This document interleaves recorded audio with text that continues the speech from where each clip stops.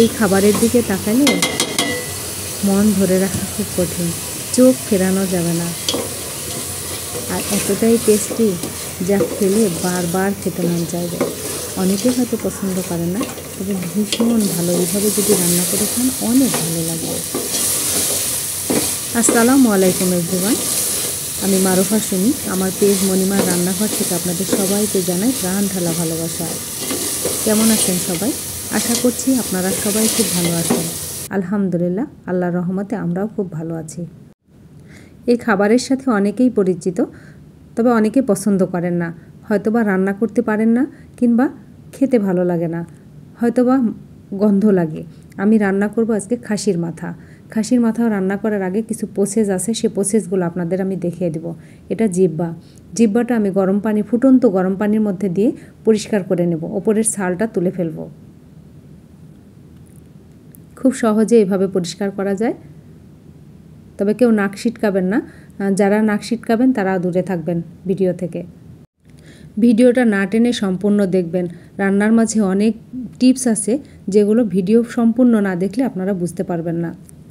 মাংস পছন্দ মতো পিস করে কেটে নিয়েছি, ধুয়ে পরিষ্কার করে নিয়েছি। এবার পাতিল দিলাম। এই পাতিলটা আমার সংসার জীবনে প্রথম কিনা, পাতিলটা আমার ভীষণ পছন্দের। তেল দিলাম পরিমাণ মতো, তেজপাতা দিলাম একটা ছিঁড়ে, গরম মশলা, দারচিনি, এলাচ, লং, গোলমরিচ সব একসাথে দিয়ে ফোড়ন দিলাম। একটু নেড়ে চেড়ে পেঁয়াজ দিয়ে দেব। পেঁয়াজ এখানে 1.5 কাপ পরিমাণ পেঁয়াজ, আমি এখানে কাটা পেঁয়াজ দিয়েছি, বাটা পেঁয়াজ ব্যবহার করব না। লবণ দিলাম একটু, যাতে পেঁয়াজটা খুব তাড়াতাড়ি নরম হয়। কাঁচা মরিচ কেটে দেব, আমার বাটা মরিচ শেষ হয়ে গেছে। পেঁয়াজটা এখানে বেরেস্তা করে নিব, এখানে বাটা পেঁয়াজ ব্যবহার হবে না। আর আমি যেভাবে রান্না করছি এভাবে যদি আপনারা রান্না করেন, খাসির মাথা সবাই পছন্দ করবে। এইরকম বাদামি রং করে নিয়েছি, এর চেয়ে বেশি লাল করা যাবে না, তাহলে তরকারি কালার কালো হয়ে যাবে। এখানে শুকনো মরিচের গুঁড়া দিলাম আর হলুদের গুঁড়া দিয়েছি।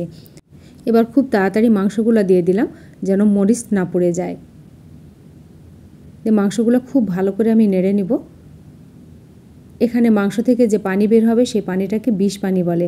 মা দাদির কাছ থেকে শিখেছি, ওনারা বলতেন এটা বিষ পানি। মাংস থেকে যে পানিটা বের হয় তাকে বিষ পানি বলা হয়। বিষ পানি শুকিয়ে গেছে। এবার আমি আদা রসুন বাটা দিলাম 4 চা চামচ, ধনিয়া জিরার গুঁড়া 1 চা চামচ করে, পাঁচফোড়নের গুঁড়া সামান্য পরিমাণ দিয়ে খুব ভালো করে এখন মশলাটা মিশিয়ে নিব এবং কষিয়ে নিব এর সাথে।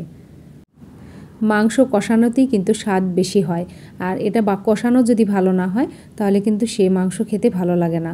অবশ্যই খুব ভালো করে কষিয়ে নেবেন। আমি কয়েকবার করে পানি দিয়েছি, দিয়ে কষিয়ে নিচ্ছি। লবণ দেওয়া হয়েছিল না, স্বাদ মতো লবণ দিয়ে দিলাম। মশলাটা কিন্তু খুব ভালো মতো কষিয়ে নেওয়া হয়েছে। এবার আবার পানি দিয়ে দিব। কালার দেখুন কি সুন্দর হয়ে আসছে। পানি দিয়ে দিলাম। এবার নেড়ে চেড়ে ঢাকনা দিয়ে ঢেকে রাখবো। 5 মিনিট পরে আমি আবারও ঢাকনা তুলে দেখব একটু। মাংস কষানো হয়ে গেছে। এবার একবারে ঝোল দিয়ে দিব। কতটুকু ঝোল রাখবো সেই অনুপাতে আমি ঝোল দিয়ে দিব। নেড়ে চেড়ে ঢাকনা দিয়ে ঢেকে রাখবো। এরপরে ঝোল কমে আসলে নামিয়ে নেব। ঝোল এর চেয়ে আর কমাবো না। মাথার মাংসে হাড্ডি বেশি থাকে, হাড্ডিতে ঝোল চুষে নেয়, সেক্ষেত্রে এরকম ঝোল ঝোল করে নামাতে হবে। পরে থামার পরে এটা ঠিক হয়ে যাবে। ভাজা জিরার গুঁড়া দিয়ে দিলাম, দিয়ে নেড়ে চেড়ে ঢাকনা দিয়ে ঢেকে রাখবো। এরপরে পরিবেশনের জন্য নিয়ে আসবো। এই তো আমার মাথা রান্না কমপ্লিট। যারা কখনো মাথা খায়নি, গন্ধ লাগে বলে, তাদের যদি এইভাবে একবার রান্না করে খাওয়ান, তারা আবার খেতে চাইবে, বারবার খেতে চাইবে। এতটাই মজা হয়েছে। আমার এই রেসিপিটা যদি আপনাদের ভালো লেগে থাকে তাহলে ইউটিউব থেকে দেখলে সাবস্ক্রাইব করবেন, বেল আইকন টিপে রাখবেন, ফেসবুক থেকে দেখলে ফলো দিয়ে রাখবেন, তাহলে নতুন রেসিপি আপলোড করার সঙ্গে সঙ্গে আপনারা নোটিফিকেশান পেয়ে যাবেন। লাইক, কমেন্ট, শেয়ার করবেন ফ্রেন্ডস অ্যান্ড ফ্যামিলির মাঝে। যারা নতুন তাদের শিখতে সুবিধা হবে। আপনাদের একটা লাইক, কমেন্ট, শেয়ার আমার রান্নার প্রতি অনেক আগ্রহ বাড়িয়ে দেয়। এতক্ষণ মনিমার রান্নাঘর দেখার জন্য আপনাদের আন্তরিকভাবে ধন্যবাদ জানাই। আগামী রেসিপি নিয়ে আসা পর্যন্ত আপনারা নিরাপদ, সুস্থ, সুন্দর থাকবেন। আমাদের জন্য দোয়া করবেন। আল্লাহ হাফেজ।